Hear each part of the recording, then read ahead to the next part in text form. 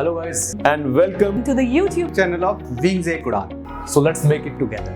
Hello, welcome to wings Ek Udaan. My name is Rajat Sharma. आज मैं आपके लिए इन्वायरमेंट इकोलॉजी की एमसीक्यू सीरीज लेके आया हूँ। इस लेक्चर सीरीज में जितनी भी हमारी लेक्चर बनेंगे 7, 8, 9, 10 जितने भी बढ़ेंगे, जितनी भी कोशिश होगी, इस लेक्चर सीरीज की क्या खासियत होगी कि मेरी कोशिश होगी कि with the help of MCQs कि एमसीक्यू के साथ मैं आपको जितने भी इन्वायरमेंट इकोलॉजी और बायोडाइवर्सिटी के कंसेप्ट्स हैं जो आपको पेपर में पूछे जा सकते हैं, उन कंसेप्ट्स को एमसीक्यू के साथ डिस्कस करूं। साथ ही साथ आपके एमसीक्यू की भी प्रैक्टिस होती रहेगी और इस लेक्चर सीरीज की ये खासियत होगी कि जो भी ऑप्शंस होंगे हम सभी ऑप्शंस को डिस्कस करेंगे ताकि आपके कंसेप्ट भी रिवाइज होते रहें और साथ साथ आपके एमसीक्यू भी चलते रहें। तो ये एक रैपिड एमसीक्यू सीरीज है। आई होप कि आपको ये लेक्चर सीरीज पसंद आएगी, जिसका ये फर्स्ट लेक्चर है, फिर सेकंड, थर्ड ऐसे आते रहेंगे। ठीक है, आपको कोई भी डाउट होगा नीचे कमेंट सेक्शन में बताएं। इसके अलावा एक और इंपॉर्टेंट अनाउंसमेंट है कि दुरीना ऐप पर विंग्स एक उड़ान ने अपना जेकेपीएससी का असिस्टेंट रजिस्ट्रार का कोर्स स्टार्ट कर दिया है। आप जाके उस कोर्स को अवेल कर सकते हैं और आपको विद इन डेज उसकी वीडियोस मिल जाएंगी। Thank you. चलो करते हैं स्टार्ट। देखो क्या है environment ecology MCQ. This is lecture 1। It is helpful for JKSSB, finance account assistant, ऐसा ही नहीं इवन की केएस फॉर केएस आल्सो। देखो फर्स्ट क्वेश्चन देखो, आपको फर्स्ट क्वेश्चन क्या कहता है।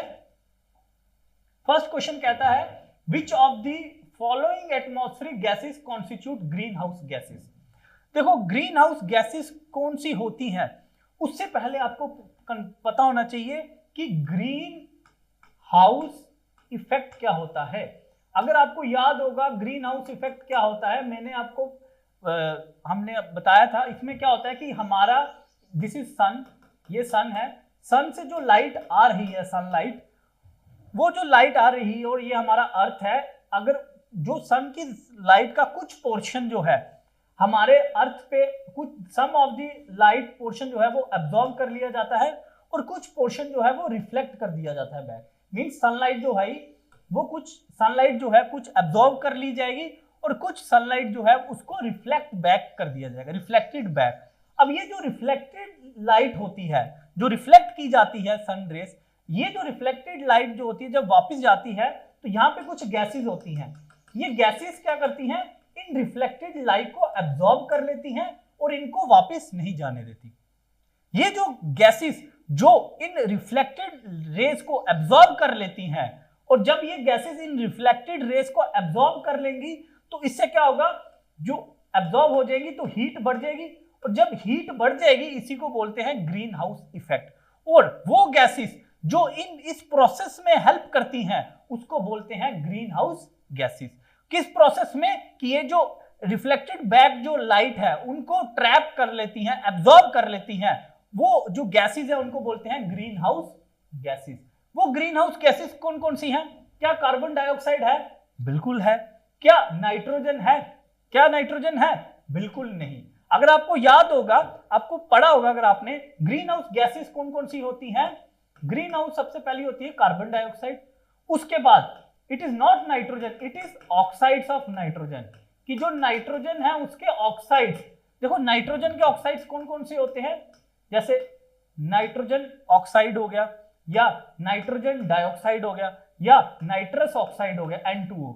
अब देखो ये जो ऑक्साइड्स हैं 3 नाइट्रोजन के, नाइट्रोजन ऑक्साइड, नाइट्रोजन डाइऑक्साइड, या तीसरा नाइट्रस ऑक्साइड, ये जो 2 गैसेस हैं नाइट्रोजन ऑक्साइड और nitrogen dioxide, these are global cooling gas. ये कूलिंग में हेल्प करती हैं। बट ये जो ऑक्साइड है नाइट्रोजन का, that is nitrous oxide, this nitro oxide is a greenhouse gas.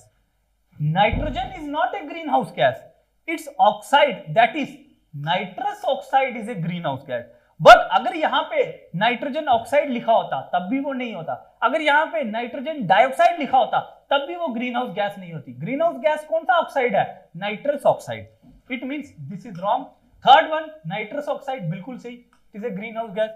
Water vapour is also green house gas. तो ऑप्शन क्या हुए, फर्स्ट, थर्ड और फोर्थ। तो यहां पे देखें कहां पे है, फर्स्ट, थर्ड और fourth. C is the correct answer.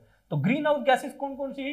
Carbon dioxide, nitrous oxide, water vapour, methane, ये सारी की सारी क्या हैं? Greenhouse gases. और इन ग्रीन हाउस गैसेस की वजह से जो हीटिंग इफेक्ट होता है उसको बोलते हैं ग्रीन हाउस इफेक्ट, और इसी की वजह से क्या होती है? Global warming. क्लियर हो गया? ग्लोबल वार्मिंग क्या होता है? Global warming means average increase in temperature. तो जब हीटिंग होगी तो हीटिंग की वजह से क्या होगा? टेम्परेचर राइज होगा, और टेम्परेचर राइज होगा it means global warming. Clear हो गया?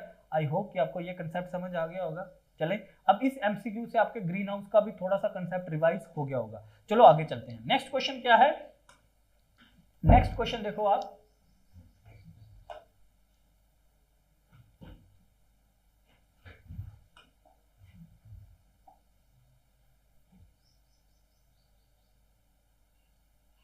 नेक्स्ट क्वेश्चन है,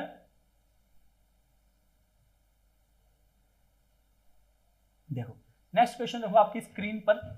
द इकोसिस्टम कंप्राइजेस ऑफ, कि जो इकोसिस्टम है वो क्या होता है? अगर आपको याद है हमने पढ़ा था, आपने पढ़ा होगा कि इकोसिस्टम में क्या होते हैं? Ecosystem has two components, that is biotic components and abiotic components. ठीक है, बायोटिक कंपोनेंट्स कौन से होते हैं? जो हमारे लिविंग कंपोनेंट्स होते हैं, और एबायोटिक जो हमारे नॉन लिविंग। एबायोटिक की एग्जांपल होगी जैसे सनलाइट हो गया, एयर हो गया, वाटर हो गया, और बायोटिक कंपोनेंट्स जो भी एनिमल, प्लांट्स, वो क्या आ गए? Biotic components. इन सभी से क्या बनता है? इकोसिस्टम। अब देखो, द इकोसिस्टम कंप्राइजेस पहली all the individuals of a particular species living in an area. ये तो नहीं है ना कि किसी एरिया में जितने भी इंडिविजुअल लिविंग स्पीशीज है, इकोसिस्टम में नॉन लिविंग भी आ जाता है, ये तो हो गया गलत। दूसरा, ऑल द एनिमल स्पीशीज, ऐसा तो नहीं ना animal species, plant species, even की वाटर, सॉइल, वो भी आते, ये भी हो गया गलत। All the organism living in area, कि सिर्फ ऑर्गेनिज्म मीन सिर्फ बायोटिक कंपोनेंट्स, नो एबायोटिक, ये भी गलत हो गया। तीसरा, all the living organism means biotic components and the non living components means abiotic components. इन्हीं से तो बनता है इकोसिस्टम, तो this is correct, option D is correct. Clear हो गया? चलो देखते हैं नेक्स्ट क्वेश्चन। नेक्स्ट क्वेश्चन क्या कहता है? नेक्स्ट क्वेश्चन देखो, थर्ड क्वेश्चन कहता है which one of the following chemical is responsible for the depletion of ozone layer in the atmosphere, कि इनमें से कौन सा केमिकल रिस्पॉन्सिबल है ओजोन लेयर की डिप्लीशन के लिए? आपने पढ़ा होगा, देखो ओजोन क्या होती है? O3। O3 means ozone gas. ठीक है, और ओजोन गैस की जो सबसे ज्यादा हमें कंसंट्रेशन मिलती है वो कहां मिलती है? एटमॉस्फेयर की किस लेयर में? स्ट्रेटोस्फीयर में। क्लियर हो गया पहला ये पॉइंट। जैसे सपोज करो ये हमारा अर्थ है, ये अर्थ का सरफेस है, ट्रोपोस्फीयर, स्ट्रेटोस्फीयर, मेसोस्फीयर, इस यहां पे हमें मिलती है ओजोन गैस। यहां पे ओजोन गैस की कंसंट्रेशन बहुत ज्यादा होती है, और इस ओजोन गैस की कंसंट्रेशन जो बहुत ज्यादा होती है, इससे एक लेयर बनती है जिसको बोलते हैं हम ओजोन लेयर। क्लियर हो गया? समझ आ गया? अब आपने पढ़ा होगा, अगर आपको याद होगा कि जो ओजोन गैस होती है, वो उसका जो प्रोसेस होता है वो ऑटोमेटिकली नेचुरली बनती भी है और टूटती भी रहती है। कैसे? अगर आपको याद होगा या आपने पढ़ा होगा कैसे होता है प्रोसेस, कि जैसे हमारे ऑक्सीजन क्या होता है, कि जैसे हमारा कोई ऑक्सीजन मॉलिक्यूल है, ठीक है, जब इस पे अल्ट्रावायलेट रेस पड़ती हैं, ठीक है, यूवी रेस पड़ेगी, तो ये किसमें टूट जाएगा? दो ऑक्सीजन एटम में टूट जाता है। अब ये जो दो ऑक्सीजन एटम है, ये क्या करेंगे? फर्दर रिएक्ट करेंगे ऑक्सीजन के साथ, मींस ऐसे फर्दर रिएक्ट करेंगे, ऑक्सीजन और भी अवेलेबल होगा एटमॉस्फेयर में, तो क्या बना देंगे? ओजोन। इस तरह बन गई हमारी ओजोन। अब ये एक फॉर्मेशन है, यही एक नेचुरल प्रोसेस है जिसमें ब्रेकडाउन होती है। ब्रेकडाउन क्या होती है कि भाई ओजोन जो है यूवी रेस के साथ, यूवी इस पे स्ट्राइक करेंगी तो ये क्या बनाएंगी? O2 plus O। फिर ये जो फिर से जो ऑक्सीजन एटम है ये क्या करेगा? फर्दर रिएक्ट करेगा ओजोन के साथ और क्या बना देगा? 2O2। अब देखो यहाँ पे ये जो ऑक्सीजन एटम है ये ओजोन को क्या कर रहा है? तोड़ रहा है, और यहाँ पे ये जो ऑक्सीजन एटम है ये क्या कर रहा है? ओजोन को बना रहा है। ये जो एक हमारे एटमॉस्फेयर में ये एक नेचुरल प्रोसेस था कि ओजोन का टूटना और बनना, इन दोनों में एक इक्विलिब्रियम था। बट अब देखो इट मींस हमारे एटमॉस्फेयर में ओजोन जो थी वो बन भी रही थी और हमारे एटमॉस्फेयर ओजोन जो थी वो टूट भी रही थी, एक इक्विलिब्रियम था। बट क्या हुआ, कुछ केमिकल्स की वजह से, केमिकल्स के एडिशन की वजह से हमारी ओजोन का जो टूटने का प्रोसेस था वो तेज हो गया। हम कुछ केमिकल्स की वजह से जो ओजोन का टूटने का प्रोसेस था वो तेज हो गया, उसी चीज को बोलते हैं depletion of ozone layer. Clear हो गया। अब वो केमिकल कौन कौन से हैं? क्या क्लोरोफ्लोरोकार्बन है? बिल्कुल है, क्लोरोफ्लोरोकार्बन है। क्या नाइट्रस ऑक्साइड है? नहीं। क्या सल्फर डाइऑक्साइड है? बिल्कुल नहीं। क्या कार्बन डाइऑक्साइड है? बिल्कुल नहीं। अब आपको याद होगा nitrous oxide, carbon dioxide, these are what? These are greenhouse gases. Sulphur dioxide ये हमारे रेस्पिरेटरी, इस पे इसका क्या इफेक्ट होता है? रेस्पिरेटरी ट्रैक्ट पे इफेक्ट होता है। तो कौन सा chemical? That is chlorofluorocarbon, CFC। Chlorofluorocarbon ये इफेक्ट करते हैं, किसमें मदद करते हैं? ओजोन में। अगर आपको याद होगा या अगर आपने पढ़ा होगा किस तरह ये करते हैं, जैसे क्लोरोफ्लोरोकार्बन क्या होता है, जैसे ये कार्बन है बीच में, यहाँ पे F है, ये 3 है, 1 2 3, ये क्लोरीन है, ठीक है। अब जैसे ही इस पे यूवी रेस पड़ती हैं तो ये क्लोरीन जो है वो अलग हो जाता है, ऐसे क्लोरीन अलग आ जाता है। अब ये जो क्लोरीन इससे अलग हुआ, ये क्लोरीन अलग हुआ, ये क्या करेगा? जो वहां पे ओजोन होगी उसे रिएक्ट करेगा और क्या बना देगा? Chlorine monoxide plus oxygen.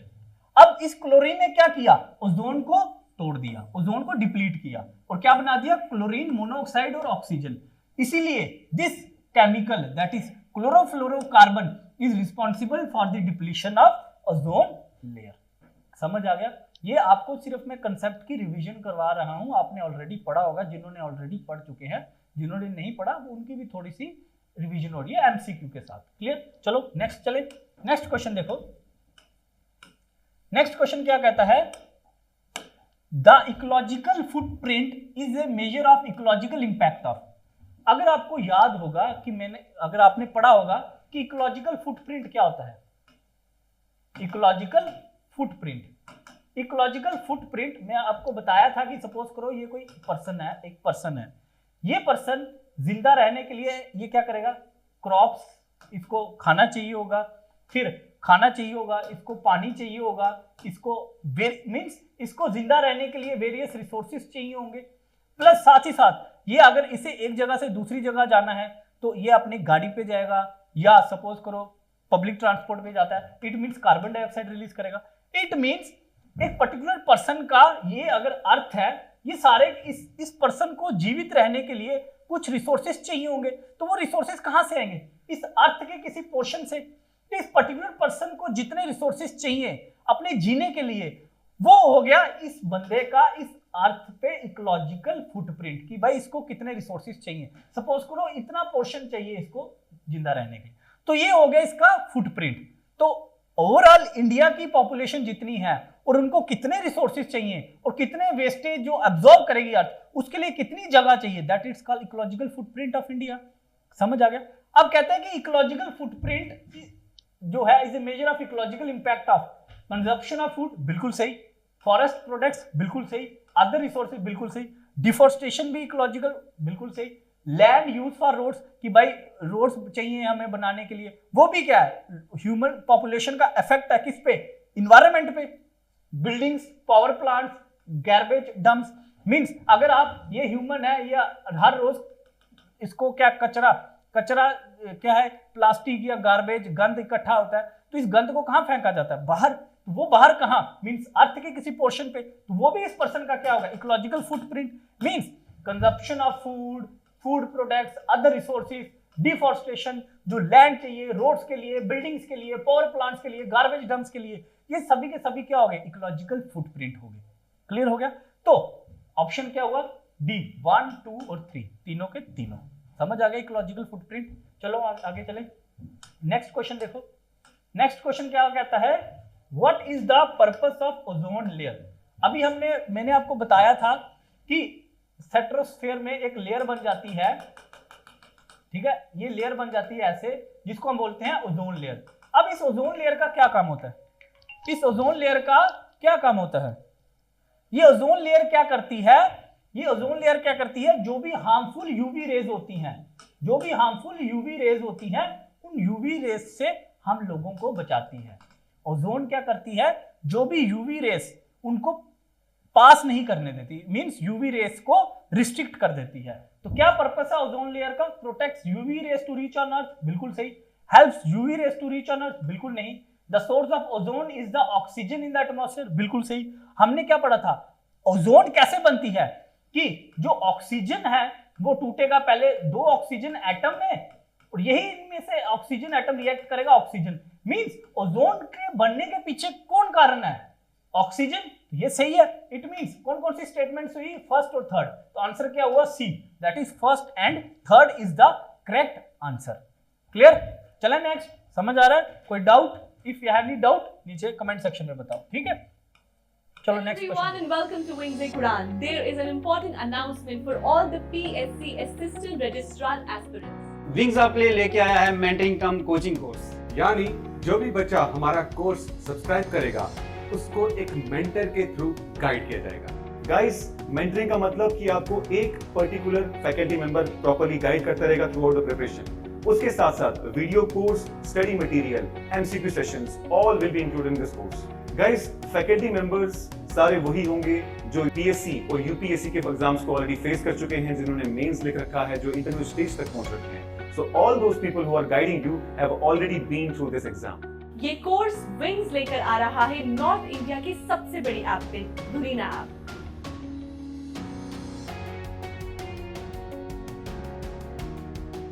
चलो नेक्स्ट क्वेश्चन देखो।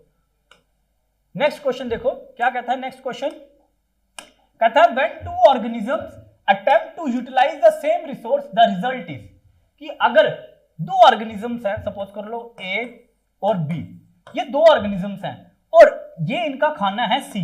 अब इन दोनों ऑर्गेनिज्म यही सी को खाएंगे तो क्या होगा, अब बताओ मुझे क्या होगा। अगर ये दोनों ऑर्गेनिज्म का खाना जो है वो सी है तो ये क्या करेंगे, दोनों आपस में लड़ेंगे, क्योंकि इसको भी सी को खाना है और इसको भी सी को खाना है, तो दोनों का आपस में क्या होगा, दैट इज कंपटीशन। तो ऑप्शन क्या हुआ, कंपटीशन। नीशे क्या होता है, ऑप्शन क्या है, नीशे। नीशे क्या होता है, नीशे होता है कि सपोज कर लो कोई, जैसे कोई इकोसिस्टम है, दिस इज एन इकोसिस्टम, यहाँ पे कोई ऑर्गेनिज्म है ए।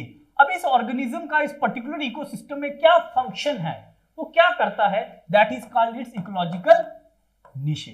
समझ आ गया, कंपटीशन आपको पता लग गया। फिर आता है एक होता है कमेंसलिज्म। कमेंसलिज्म क्या होता है, सपोज करो दो ऑर्गेनिजम्स हैं ए और बी, ठीक है।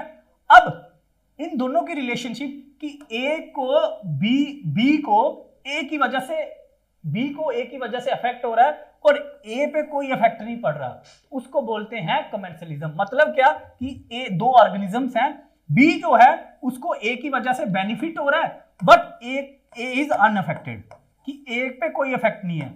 इस तरह की जो रिलेशनशिप होती है, किस तरह की रिलेशनशिप, व्हेन टू ऑर्गेनिजम्स, जिसमें एक ऑर्गेनिज्म को बेनिफिट हो रहा है और दूसरे ऑर्गेनिज्म पे कोई इफेक्ट नहीं पड़ा, उस तरह की रिलेशनशिप को बोलते हैं कमेंसलिज्म। क्लियर हो गया। चौथा है म्यूचुअलिज्म। म्यूचुअलिज्म क्या होता है, जैसे सपोज करो दो ऑर्गेनिजम्स हैं ए और बी, ये जो दो ऑर्गेनिज्म, जब ए को बी से फायदा हो रहा है और बी को ए से फायदा हो रहा है, इस तरह की जो रिलेशनशिप होती है उसको बोलते हैं म्यूचुअलिज्म। क्लियर हो गया। आई होप कि आपको ये सारे ऑप्शन समझ आ गए होंगे। चले नेक्स्ट क्वेश्चन पे। चलो नेक्स्ट क्वेश्चन देखो, सेवंथ क्वेश्चन। सेवंथ क्वेश्चन क्या कहता है, the red data books published by IUCN। IUCN अगर मैंने आपको याद होगा, बताया होगा, international union for conservation of nature and natural resources, इनुमरेट what. अब आपने पढ़ा होगा कि IUCN जो है एक एनजीओ है जिसका क्या काम है, ये क्या करती है, एक रेड डाटा बुक पब्लिश करती है।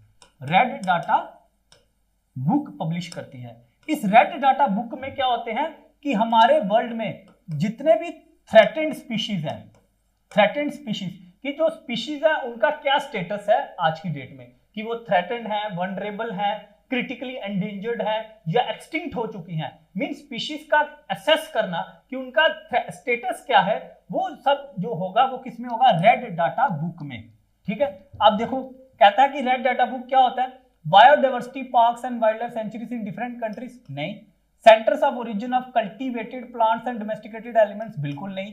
Centres of origin of all economically important plants, बिल्कुल नहीं। Threatened species of plants and animal, बिल्कुल सही। यही तो बताया मैंने कि रेड डाटा में क्या होता है, कि डिफरेंट वर्ल्ड, पूरे वर्ल्ड में कौन कौन से थ्रेटेड स्पीशीज है उनका असेस करना, ठीक है, that is in red data book, that is by IUCN। Clear हो गया? चलिए नेक्स्ट क्वेश्चन। नेक्स्ट क्वेश्चन क्या कहता है, देखो नेक्स्ट क्वेश्चन है the persistent organic pollutants are considered harmful to human health and therefore their production and distribution is banned, which of the following are such compound. अब आपने पढ़ा होगा कि there are some organic pollutants which are persistent in nature, means जो बार बार release होते रहते हैं, उनको बोलते हैं परसिस्टेंट ऑर्गेनिक कंपाउंड्स। अब ये जो परसिस्टेंट ऑर्गेनिक कंपाउंड्स होते हैं ये हमारे लिए, हमारी फूड चेन के लिए, ह्यूमन हेल्थ के लिए हार्मफुल होते हैं, तो इनको बैन किया गया है। अब कह रहा है कि इनमें से कौन से परसिस्टेंट ऑर्गेनिक पोल्यूटेंट है? क्या एल्ड्रीन परसिस्टेंट ऑर्गेनिक पोल्यूटेंट है? बिल्कुल सही, एल्ड्रीन है। क्या DDT है? बिल्कुल सही, DDT भी है। क्या ग्लूटाथियोन है? बिल्कुल नहीं। क्या टॉक्साफिन है? बिल्कुल है। It means persistent organic pollutants Aldrin है, DDT है, टॉक्साफिन है। तो ऑप्शन करेक्ट क्या हुआ? First, second and fourth, first, second and fourth, B. ये B is the right answer. Clear? चलें आगे, नेक्स्ट क्वेश्चन देखो। नेक्स्ट क्वेश्चन क्या कहता है? कहता है an international treaty to eliminate और restrict the production and distribution of persistent organic pollutants that pose a serious threat to human health was adopted at which of the following convention. अभी हमने देखा कि जो परसिस्टेंट ऑर्गेनिक पोल्यूटेंट्स जो होते हैं, जैसे एल्ड्रीन हो गया, ठीक है, DDT हो गया, जैसे टॉक्साफिन हो गया, कहता है these are harmful to human health, human health के लिए हार्मफुल होते हैं। तो क्या कुछ ऐसी इंटरनेशनल ट्रीटी है जो इनके प्रोडक्शन और यूटिलाइजेशन पे कुछ रिस्ट्रिक्शन लगाती है? बिल्कुल सही। और कहता है इनमें से कौन सी है, ठीक है। जैसे पहला Basel convention. Basel convention is related to what? It is related to hazardous waste, hazardous waste के रिलेटेड है। एस्पो कन्वेंशन, एस्पो कन्वेंशन क्या है? इन्वायरमेंटल इंपैक्ट असेसमेंट के रिलेटेड है ये, ठीक है, ये भी नहीं है। स्टॉकहोम कन्वेंशन किसके रिलेटेड है? Stockholm convention is related to persistent organic pollutants, कि परसिस्टेंट ऑर्गेनिक पोल्यूटेंट्स का कैसे हम रिस्ट्रिक्ट कर सकते हैं या एलिमिनेट कर सकते हैं इनकी प्रोडक्शन और distribution, that was agreed under Stockholm convention, ठीक है। और वीना कन्वेंशन कौन सा होता है? It is related to protection of ozone layer. Clear हो गया? समझ आ गया? चलें आगे, चलो नेक्स्ट क्वेश्चन देखो। नेक्स्ट क्वेश्चन क्या है? नेक्स्ट क्वेश्चन कहता है the natural cause of whitening of corals that is coral bleaching is. अगर आपको याद होगा हमारा जो मेरीन इकोसिस्टम होता है, ठीक है, वहां पे एक इंपॉर्टेंट होते हैं ऑर्गेनिज्म जिनको नाम होता है coral reefs. Coral reefs these are calcareous organisms. ये क्या होते हैं? Calcareous organism. कैल्केरियस ऑर्गेनिजम्स कौन से होते हैं? Those organism which secrete calcium carbonate, जो कैल्शियम कार्बोनेट सीक्रेट करते हैं।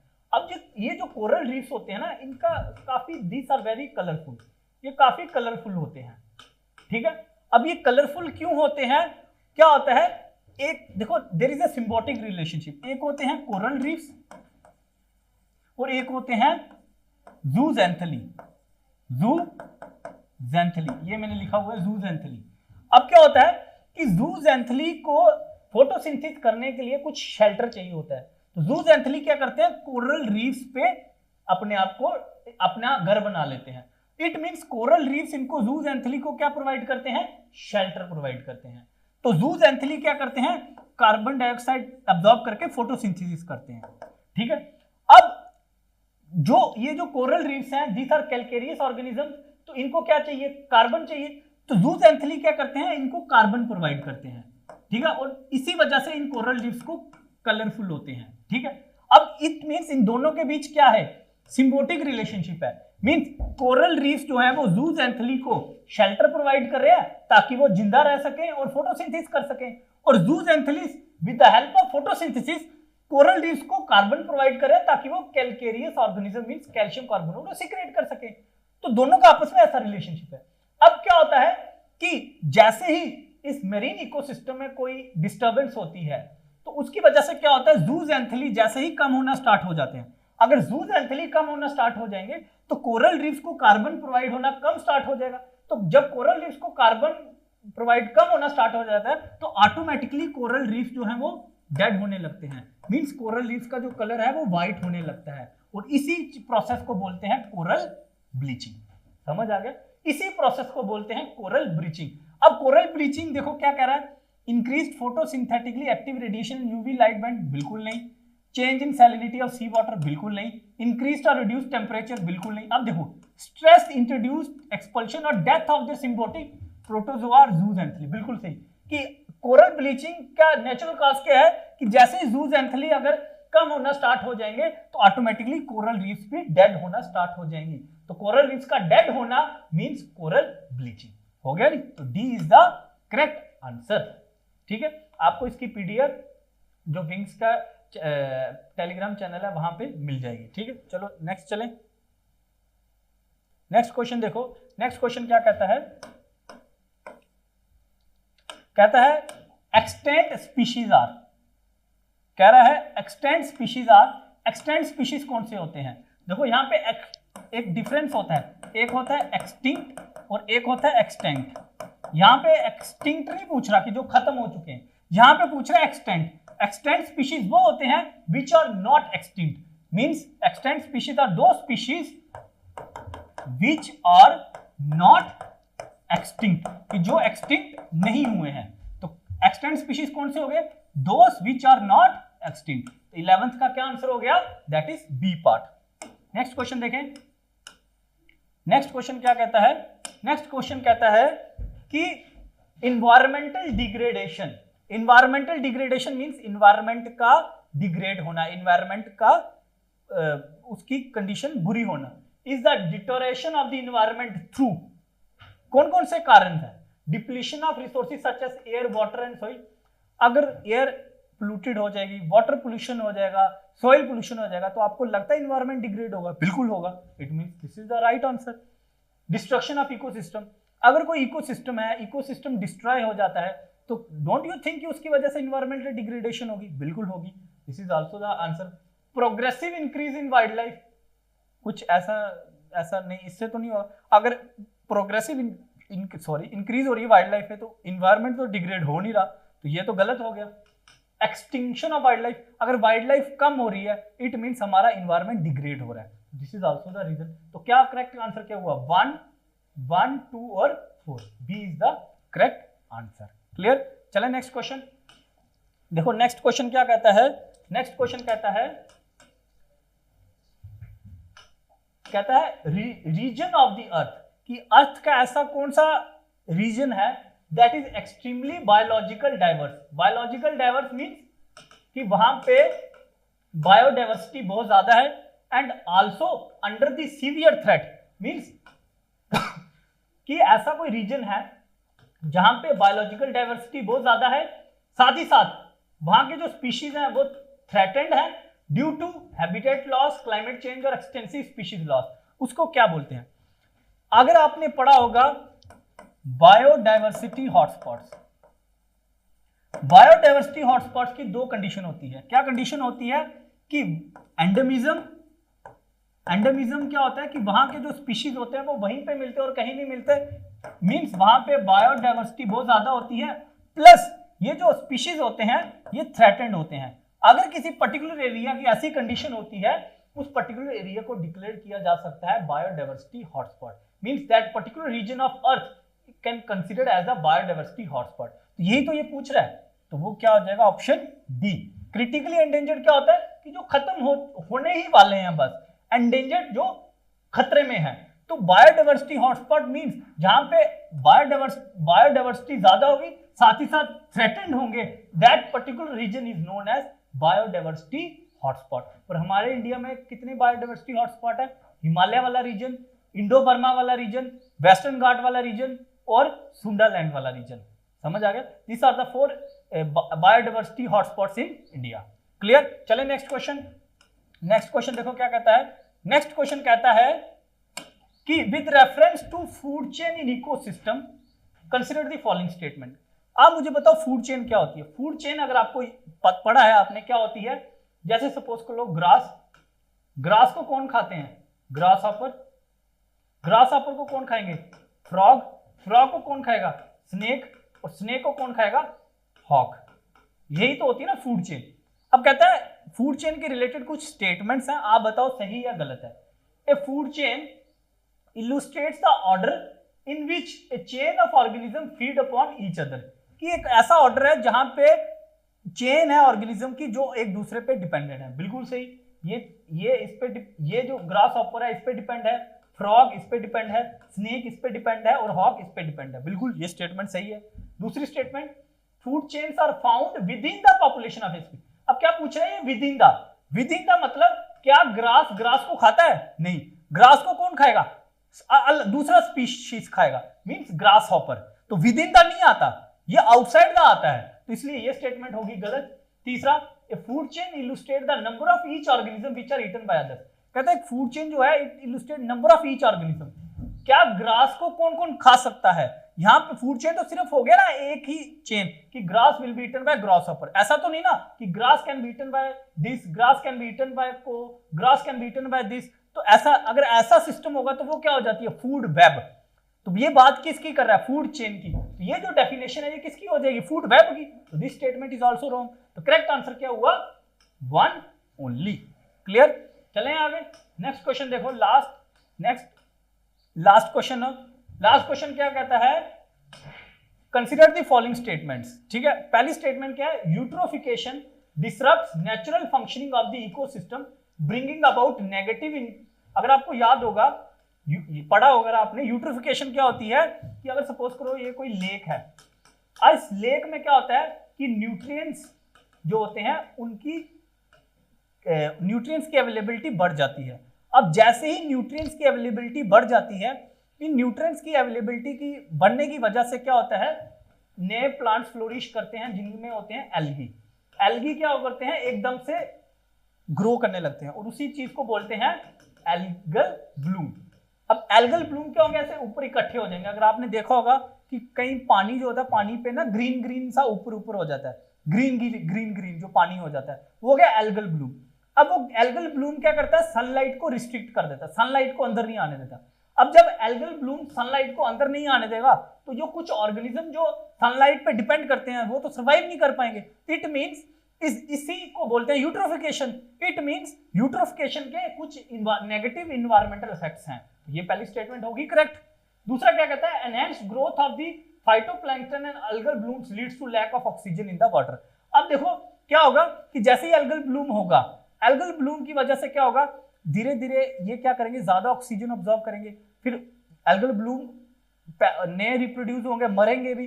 जब मरेंगे तो वो डिकम्पोज होने में भी और ज्यादा ऑक्सीजन यूज होगी। इट मींस ऑक्सीजन की जो अवेलेबिलिटी होगी वो कम होना स्टार्ट हो जाएगी। तो this is also the reason. तो करेक्ट स्टेटमेंट क्या हुआ? 1 and 2 ओनली। आई होप कि आपको ये मेरी लेक्चर सीरीज पसंद आई होगी। इसके रिलेटेड मैं नेक्स्ट लेक्चर दूसरा भी लेके आऊंगा जिसमें हम इससे कुछ अलग हटकर क्वेश्चन डिस्कस करेंगे और साथ ही साथ कंसेप्ट भी डिस्कस करेंगे। अगर आपको इसमें कोई चीज़ नहीं समझ आई, let me know in the comment section. Thank you and have a nice day.